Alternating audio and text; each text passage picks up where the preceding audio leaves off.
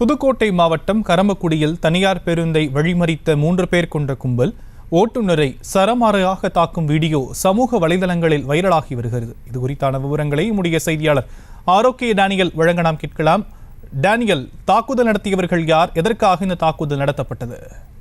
வணக்கம் சாம். புதுக்கோட்டை மாவட்டம் கரம்பக்குடி நெய்வேலி பகுதியைச் சேர்ந்தவர் பத்மநாதன் கணேசன் என்ற தனியார் பேருந்தை ஓட்டி வருகிறார். இவர் மன்னார்குடியிலிருந்து கரம்பக்குடி நோக்கி தனியார் பேருந்தை ஓட்டி வந்தபோது கடைவீதியில் சாலை நடுவே இருசக்கரம் வாகனம் நின்றதாக கூறப்படுகிறது.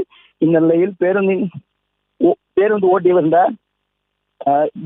நபர் பேருந்தை இருசக்கர வாகனம் மோதியதாக கூறி 3 நபர்கள் சேர்ந்து பேருந்து ஓட்டுநரின் மீது தாக்குதல் நடத்தி வந்தனர்.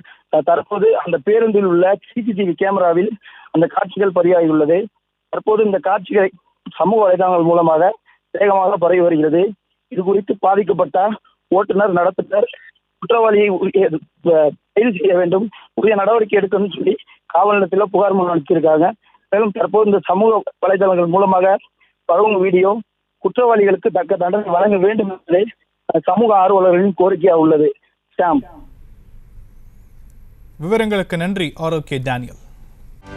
செய்திகளை உடனுக்குடனும் துல்லியமாகவும் தெரிந்து கொள்ள சப்ஸ்கிரைப் பண்ணுங்க.